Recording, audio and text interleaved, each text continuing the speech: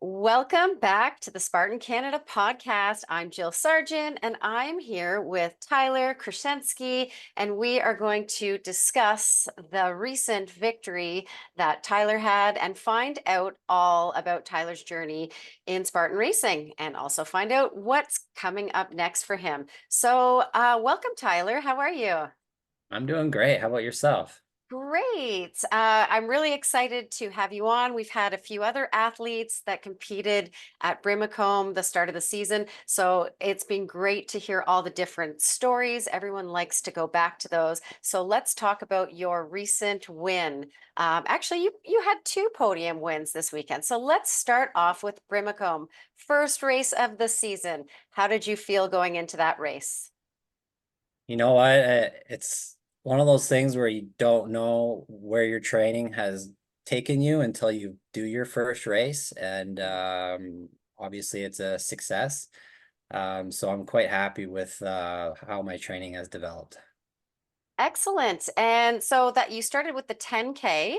Yeah. Have you done Brimacombe before? Yeah, I usually buy a season's pass. Mhm. So I try to do as many races as I can. Yeah. Excellent. And how many years have you been doing this for? Oh, that's a good question. It's been that long. Yeah. I'm trying to think. I think the very first Spartan race I did was a Spartan Beast back in 2013. Nice. And We're getting then some great stories from racers that have been in the Canadian game for a while. So how was that and where was that? um it was a relatively flat course and they haven't had it there in a while, but I'm trying to think. I believe it was um closer to the Collingwood area, Okay, but not. I'm going to say Duntroon. That Duntroon? might be it. Yeah, Mhm. that could be it. That was actually my first race, but not until 2019. I was doing Tough Mudders before. And I was kind of like, well, this isn't so hard because, I did the trifecta weekend and it was hard, don't get me wrong, but I was a runner, so the distance wasn't that big of a deal and there weren't that many hills. So, and Yeah. then I came the next year and it wasn't there and everything was a hill. So, Yeah, that year 2013, I remember, like, I thought my fitness was really good. But I don't know what I don't know now, or do know now. Rather, back then I was only a sprinter. I did 100 and 200 meter sprints. mhm. And you know what? I could jump into this and beat everybody, blah blah blah. And that's when I first found Mr. Atkins and what he's all about. Oh, So yes. here's this guy bolting up the first hill. He's gonna blow up, and he didn't blow up. So Yes, that he was a machine from the beginning. He actually lives or lived in kind of my area, so I knew people who were on like mountain biking teams with him, and he yeah, was kind of always known as a young, uh, like crazy endurance athlete from the start. So yeah, yeah, that yeah. must have been shocking for you. Yeah, no, it was definitely an eye opener. I think that was one of the first races where it was like, okay, well, if I'm gonna get into this sport, I'm gonna have to start liking more distance running. Because then Mhm. back then I was kind of shy at doing long distance running because I thought, I was a very scrawny individual. And I thought, if I keep doing all these running, I'm never gonna build muscle whatsoever. So I just started training, and then I developed I got certified as a fitness trainer and just kind of got into that sort of realm and had a passion for it. Nice. And Yeah. so when you started, Spartan kind of took you into becoming a fitness trainer? Yeah, yeah. No, I got into running, I got into fitness training, and it just kind of spiraled from there. And ever since then, I had a passion for the sport and the fitness industry. Excellent. And so when you started, you're talking about racing Ryan. How did that first race go for you? Did, Horrible. did you I come anywhere I near Ryan? Yeah, I was probably 50th overall, Mm. maybe. Hmm. My first elite OCR was Warrior Dash, Okay. and that Yeah, was a I hugely popular I did race. that one too. I checked the rankings. I didn't even crack the top 100 in that. And at that point, I didn't know anything. I even showed up in Walmart running shoes. They weren't even trail Nice. shoes. And at the end of the race, everybody would just throw them in a pile. So at the end of the race, Yes. a big giant pile of shoes. You don't see that anymore. No, you're right. I totally, now that you've People brought, know what they need to do, right? They need to invest in good shoes, and they're not just gonna throw that away. you're so right. I have not, I don't remember seeing that like in the last, I've never seen that in the last 5 years. So, No. and there was a massive shoe pile, and I believe that they used to donate them places too, because Yeah. people would, I mean, you can clean your shoes. Like, how many times have you cleaned your trail shoes? I Oh, come home and I hose them down, then I dry yeah. them, and if I'm really excited, I might get a toothbrush out. So, Right there you go. Yeah, yeah. but I'm the same way. Yeah. most of the time you're just putting them back on slightly crusty and going again. Yeah, no, I come prepared for the race. I have a plastic bag and I hose them down with the showers that they have, outdoor showers, and Mhm. make sure everything's clean, put it in a plastic bag and Oh, go there back you go. home and dry them out when I get back home. You're doing so well, so much better than I am. If I get to it within the first week of after a race, we're good. Luckily, I Right. have multiple pairs of shoes that I wear, but let's talk about that. Being prepared for races, because I think that that is one of the most important things for a race. How do you prepare yourself, and what things are you bringing to the race? I know you just did the 10 and the 5, so those are probably a little bit more simple than a 21 or an ultra. But what would you bring to a 10 and a 5K that is so important, that a must have? Well, for one, you want to make sure you know what the weather is going to be like. I find that if you know it's going to be mucky, wet, and rainy, you want to make sure you really have good tread on your shoes, really thick tread. Hmm. And Vates are very popular, like the Mud Claw. Hmm. You've got the VJ shoes that are very popular. I find those are pretty good in the mud. So you want to make sure you have the right shoes for the right terrain, for the right weather. Yes. Never show up in Walmart running shoes, of course. Not if you're trying to not slide down on your butts, basically. Yeah, exactly. Yeah. Yeah. And then if it's Blue Mountain and it's been raining all weekend, that's a whole other story. Yeah, that happened twice. The Blue Mountain last year, Spartan was very Mhm. muddy and wet, and there's many times where I had to slide on my butt. Yes. And then the past April, they had a trail race by City Shred, their very inaugural Oh, trail yes. race. Hmm. And that was pretty much the same as what Spartan was, very muddy, wet, and cold. And it was at Blue Mountain too, wasn't it? It was Yeah. Blue Mountain, yeah. Nice. Yeah, Yeah. it is always an interesting race. You can get, it's the same with Tremblant. You can get cold, you can get winter, you can get summer, you just don't know. Yeah. So Yeah. then how do you prepare differently in terms of what to bring for your 21Ks or your, have you done ultras? Yeah, I've done every distance. I'd say obviously the shorter distances, you don't really need to worry too much about fueling because you'll have a lot of glycogen built up in your system from the day before and even 2 days before. Um, but not everybody's going to be the same. Like if you're a very, very heavy sweater and it's hot out, you may want to bring a little bit of liquid, maybe a couple gels with you just to stay hydrated. But other than that, the 21K Beast and the 50K Ultra are totally different. You want to make sure that you're carb loading a couple days before and especially the night before and increasing your water intake.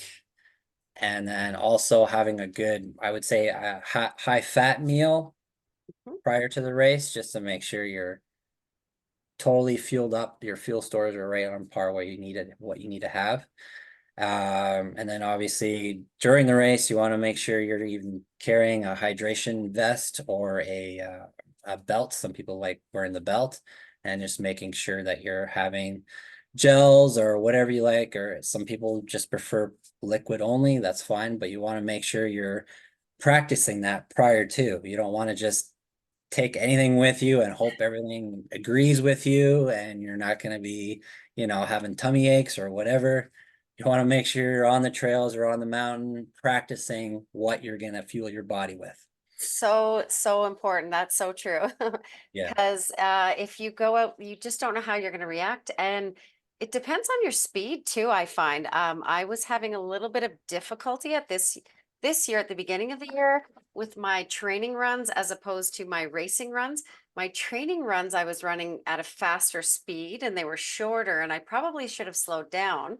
So Mhm. I was not digesting anything well. So everything was making me sick until I realized that. But then in the actual races, I was fine because I was slower and there was more hills and stuff like that. But it's Right. funny how your body, you can eat certain things when you're racing really fast, and it's different when you're doing an ultra. Like you can eat an entire sandwich probably at an ultra. Right. Yeah, I was in Fiji doing this Fiji Spartan last year, Hmm. the very first Spartan Oh, race. wow. How was And that? it was quite the experience. I did the ultra and the 10K and the 5K. Oh, And wow. I came second in the ultra, Amazing. but not without complications. After the first lap, I had a very severe dehydration. I had to take Ah, 10, 15 minutes just to get my body going again. oh, wow. You were able to come out of that. That's Yes. interesting. So, Yeah. what did you do to come out of that? Because you can't just chug a gallon of water. Well, a lot of it was a mindset as well. I had the third place guy come in right after me, and that kind of gave me a jolt. Okay, he's getting his lap leaders bib. I better get on my feet and keep going, you know. But Yeah. no, I think fruit. I just had some fruit and had some a very high electrolyte water, so Mhm. high sodium rather. And just collected myself, dunked my head in some um ice water, Oh, wow. and I felt a lot better somehow just getting out of it, and I found a little So, bit more energy and was able to keep going. and was it really hot? Was that the main issue? Yes. Yes. Okay. PG weather is 30 every day, every Oh, my single day. goodness. Yeah, And blistering sun and what yeah. was the elevation like? Oh, God, I don't know at the top of my head. Was it like compare it to, say, Killington or Big Bear if you'd Oh, be, or yeah, Trump or, it's not as bad as not as much elevation as those places, Mhm. but It's the heat. it's definitely the heat. The heat's the toughest obstacle when you're there for sure. So Yeah. there was a lot of scrambling to restock the water stations too, so that kind of made it even more difficult to stay hydrated. But Oh, okay. Yeah. Hmm. yeah, but that's one of those things where it was probably my mistake as well. I did not take enough with me, so Yeah.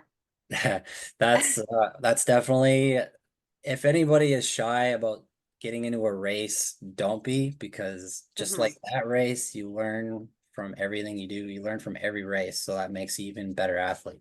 Oh, for sure. I think that you learn more when you're doing something that does not work out for you because Yeah, you don't know what you're going to be faced against. And sometimes it's just your own brain, right? Like if that's you were right. able to go, okay, I'm dehydrated, and just convince yourself to get back up. I think it's really hard too when you get into the transition area, to sit down and then convince yourself to go. Was it a second lap there, kind of the same way that we have in Tremblant, or? Right. Yeah, they did some stuff a little differently. So the first 8K is just only running. Oh, oh, that's cool. Yeah, and then you do both laps the same distance. Oh, that's really cool. Yeah, so whereas here it's like it's the Ultra Beast course, so they have it tacked on to the Beast. The Hmm. portion is just Ultra Beast runners, and then second lap is the Beast course. Okay. Whereas there it's just run first 8K and then you get into the obstacles. Yeah, that would be, I think I'd like that. I like the Yeah. varying the differences. It's always interesting. How did you like Brimacombe, by the way, with the difference in course, the reverse course? You know what, I always like when they change things up. I would prefer it every single year, Hmm. even if it is the same course. But yeah, no, I'm always up for Change change. it up. I liked it, yeah, for sure. Yeah, everyone I've talked to so far has really liked the change. And then another question that we've been asking all sorts of people is how did you like the new competitive start to the race? I I liked it, it was fun to see more competitors, Hmm. and it kind of kept you on your toes as someone who's trying to do well and maybe get on the podium, because you don't know who's going to be the dark horse. Maybe Yeah. people have been shy from going into the elite heat. Mhm. They've been just strictly age group, and now they have no choice, and then maybe they surprise themselves, and then they get on the podium, right? Yeah, absolutely. And we were talking a little bit before this. I think the races were so close, especially in the 5K. It seemed like there were so many people all together at the end there. So Yeah, yeah. that's nice to see too in a Oh race. yeah. The photo finish. That's right. Yeah, those are always awesome. Awesome. I want to go back to ultra running because we do have an ultra coming up at Tremblant in a couple weeks. Will Yeah. you be there first of all? Yeah, let's go start with that. Yeah. Well, like we talked about before, I kind of tweaked my back. Yes. So if all goes well with the healing process, I plan to be there, and I signed up for the ultra and the super. Awesome. So Yeah. the super is part of the national series. How are you going to recover between one and the next? Or are you just going to make the ultra the A race and the super? I never shy away from the ultra just because I like the challenge of every distance that it gives you.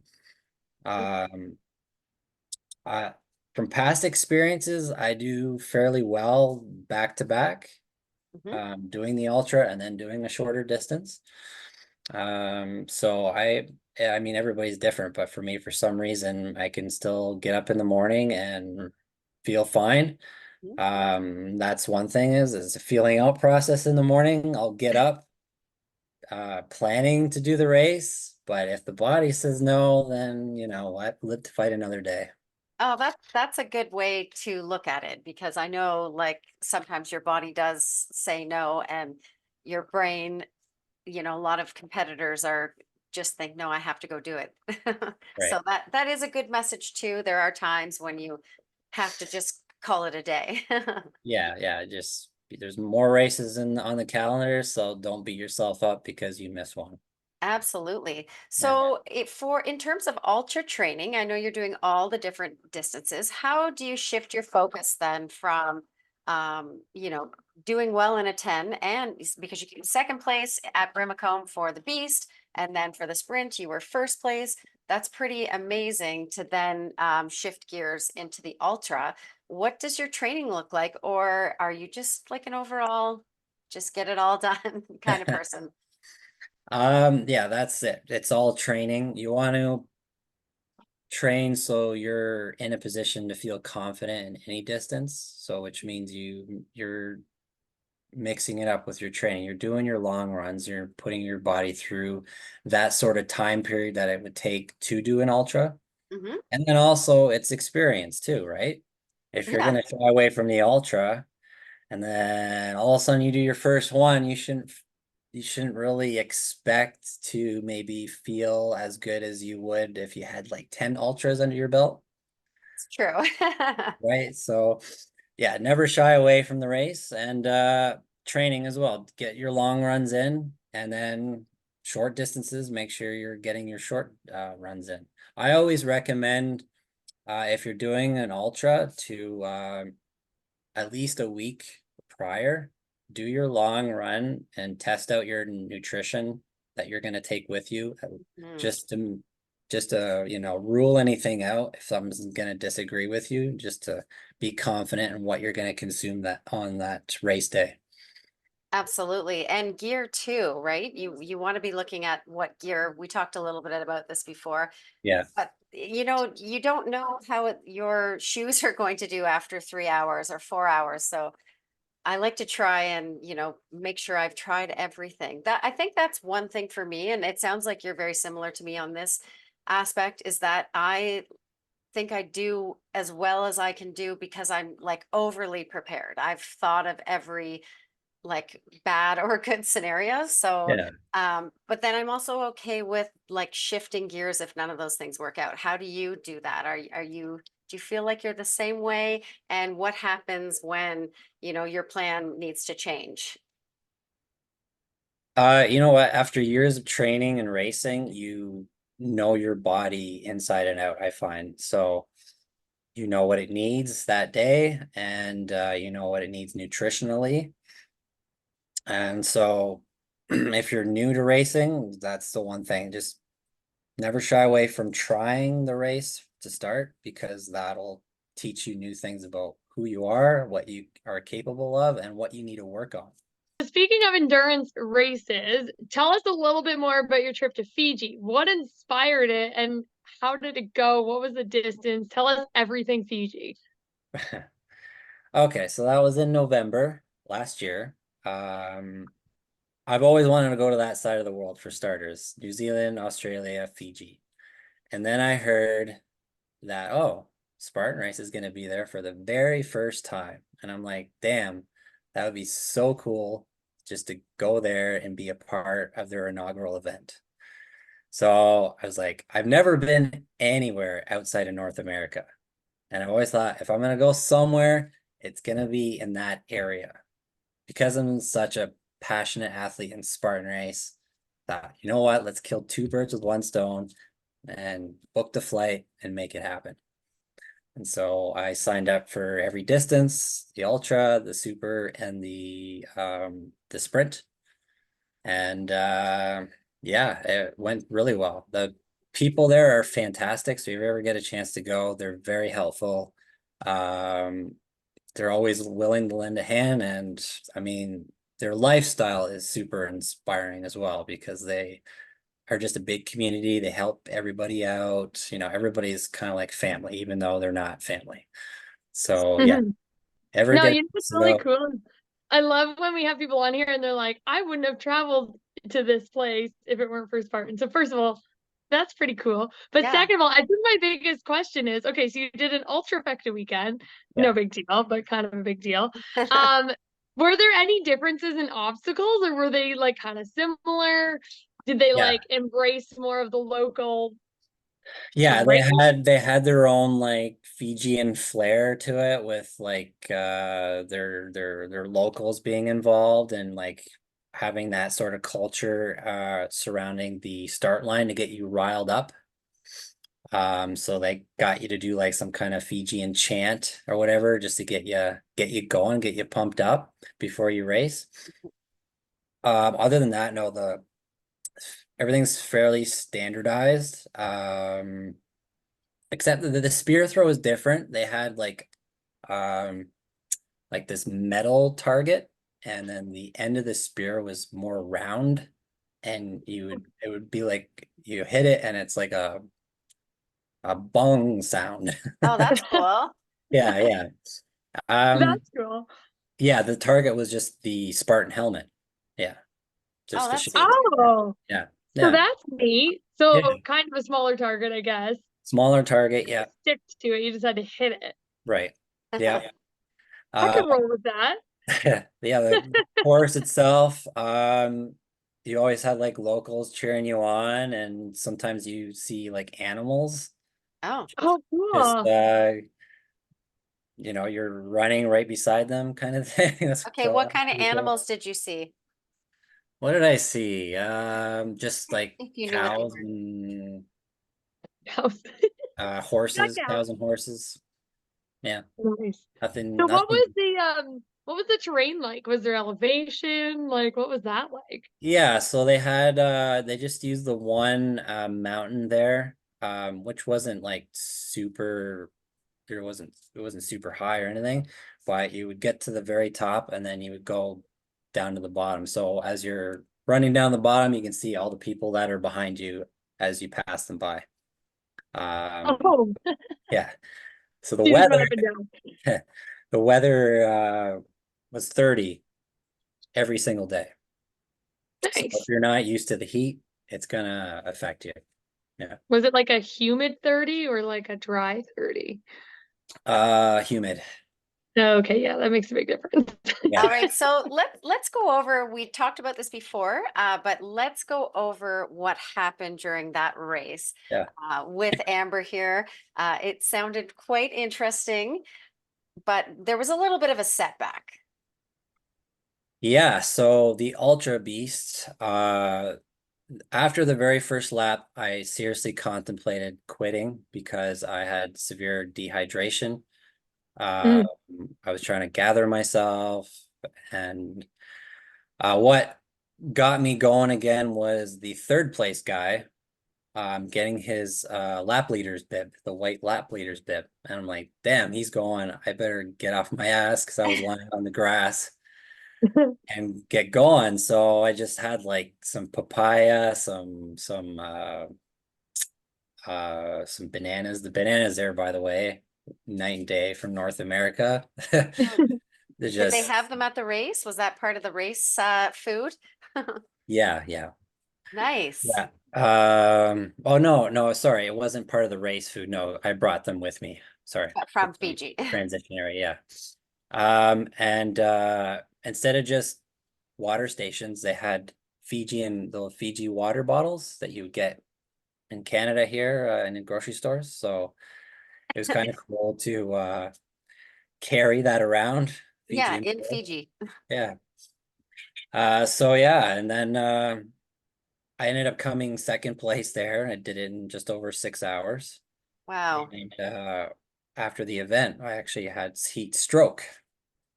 So I was That's great with 2 more races ahead of you. throwing up my food and Uh, feeling horrible, but the next day I felt great and I raced again. Nice.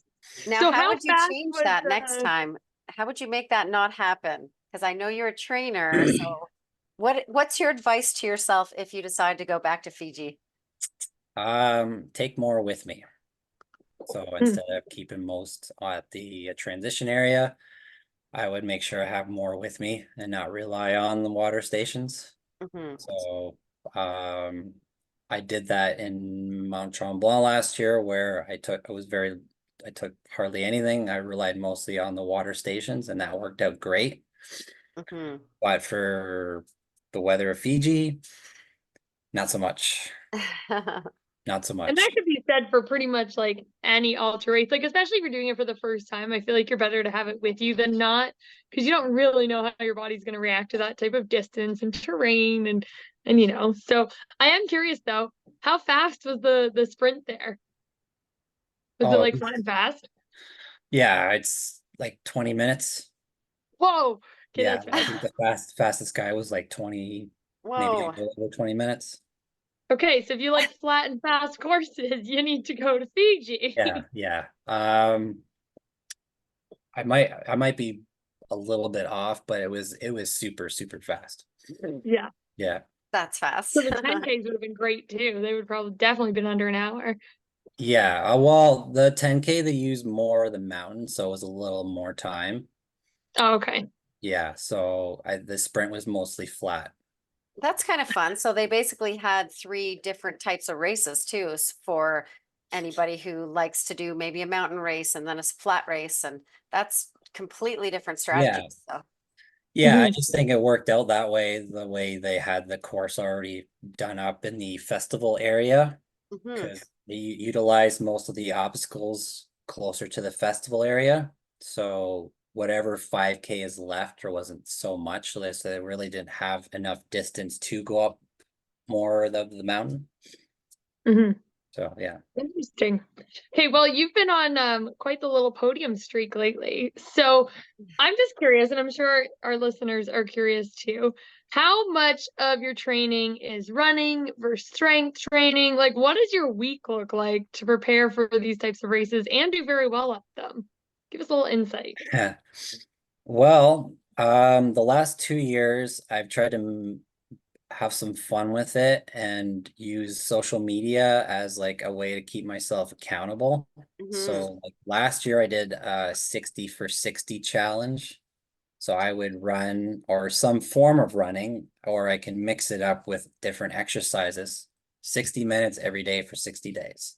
Oh, that's And fun. every single day I would post day one, day two, day three on my social media. And in a way, it keeps me accountable because, well, I don't want to have a gap of days, right? I want to Yeah. keep consistent.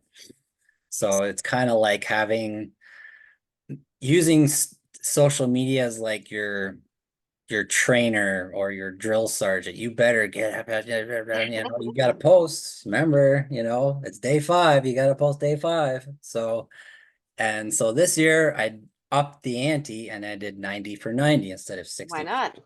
right? I So actually love that. I love that because I think that OCR actually, when it started, it kind of blew up through Facebook because it was, well, in Canada anyways. So everyone heard about it through like Facebook and social media, which was so small back then. And right, it's all in OCR and in Spartan, there's always been a place for social media.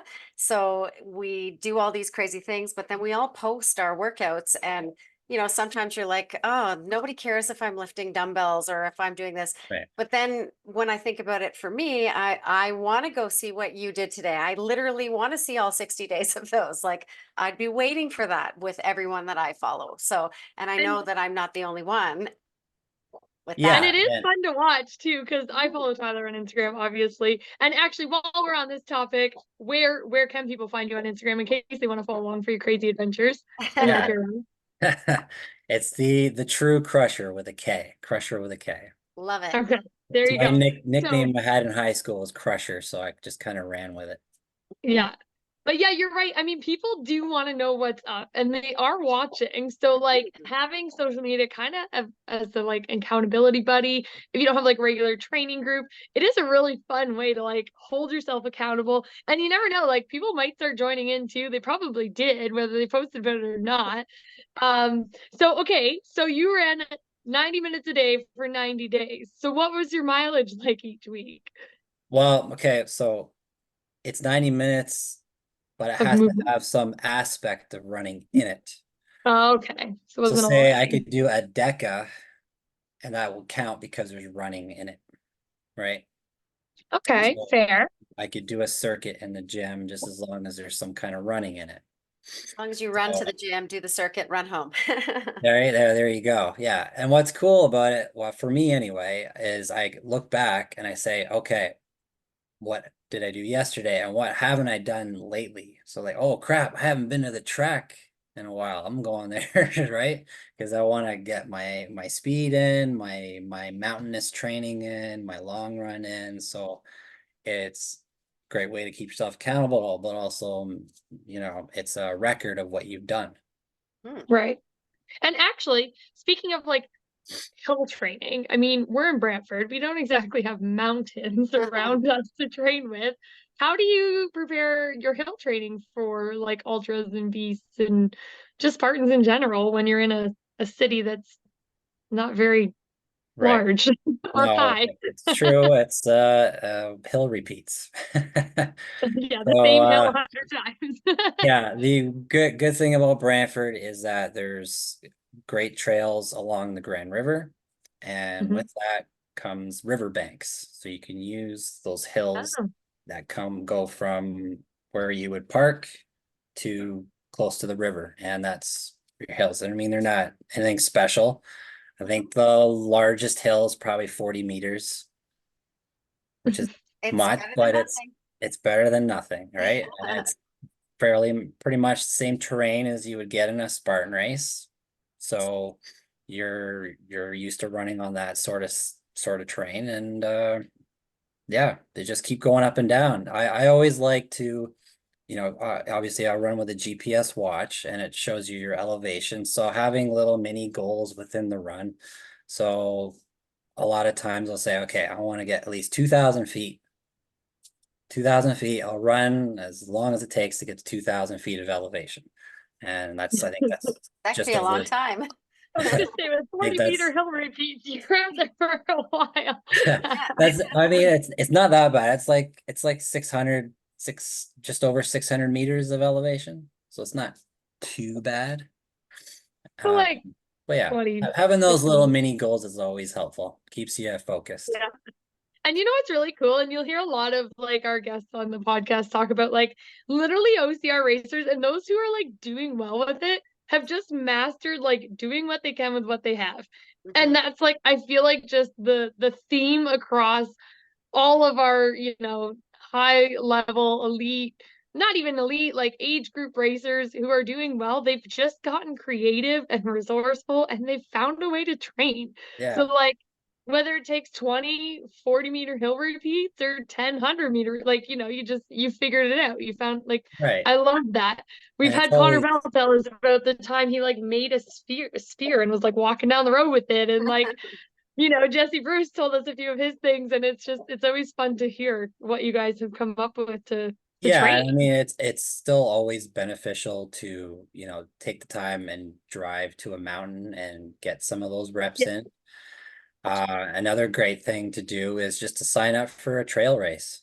It's not gonna, you just go in there, you're not gonna think of it as an A race. You're just there to, test yourself, test your shoes, test your nutrition.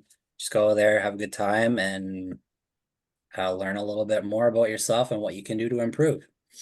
I love that. And I mean, you expose yourself to a lot of different like races and fitness events and stuff like that. And obviously it's done with intention. So is that just to, keep yourself moving all the time, to constantly challenge yourself? Like you Yeah. do OCR, you do DECA, you do trail races, you do the CN Tower climb. Don't you hold the record still? Uh, I have the record for the most wins. Okay. Sean Stevens Wales has the fastest time. Okay. Well, anyways, What was your more time of the going up the story. CN Tower? I gotta know. Yeah. What is your time? My PR is 10:19. Oh my Uh, goodness. I had 10:55 this past April, and Yeah. Sean has the record. He has 9:54. That's crazy. Wow. Yeah. That's crazy. But anyway, so moral of the story is you're constantly exposing yourself to different events. So is that just to improve overall athleticism or just for fun? Fun, for sure. Yeah. I have a passion to push myself, even at the gym. I make my own sort of DECA in the gym. I call it the Crusher Challenge or Crusher Fitness Challenge. And I just be a little creative. Okay, I'm gonna do a kilometer run, and then I'm gonna push the sled, and then I'm gonna pull the sled. I'm gonna do another kilometer run, and then blah blah blah. And once I do it the first time, great. Okay, the second time, I got the time I did it the first time, I want to beat it. And Love then that. so on and so forth. Then if I get bored, then I'd try a new mixture of exercises.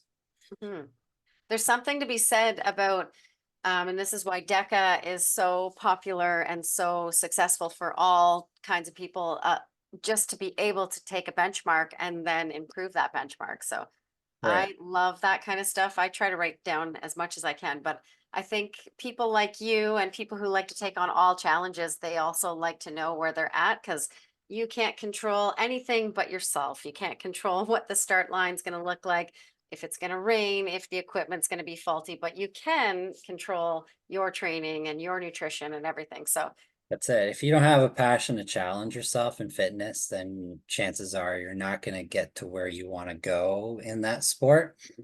And if you don't challenge yourself, you don't change yourself. So if you have a passion to do that, then guess what? You're going to get the results. I love it. I feel like that's just like the perfect way to end it off. So absolutely. Right. with that said, I mean, if it doesn't challenge you, doesn't change you. So thank you so much, Tyler, for being online with us tonight, sharing, a little bit about your story, all your tips and tricks. So again, you guys definitely go give him a follow on social media. It's a lot of fun. I can't keep up with what he's doing, but maybe you can. So again, he's mostly active on Instagram, correct? Not so much on Facebook, or? Right. Yeah. Instagram. Awesome. Awesome. Well, thank you so much, Tyler. And problem. I'm sure we'll see you guys, anybody on here, we'll probably see them at some sort of event in the near future. Yeah, I'm sure I'll see your sweaty hair on Instagram in the future too. Definitely, probably tomorrow.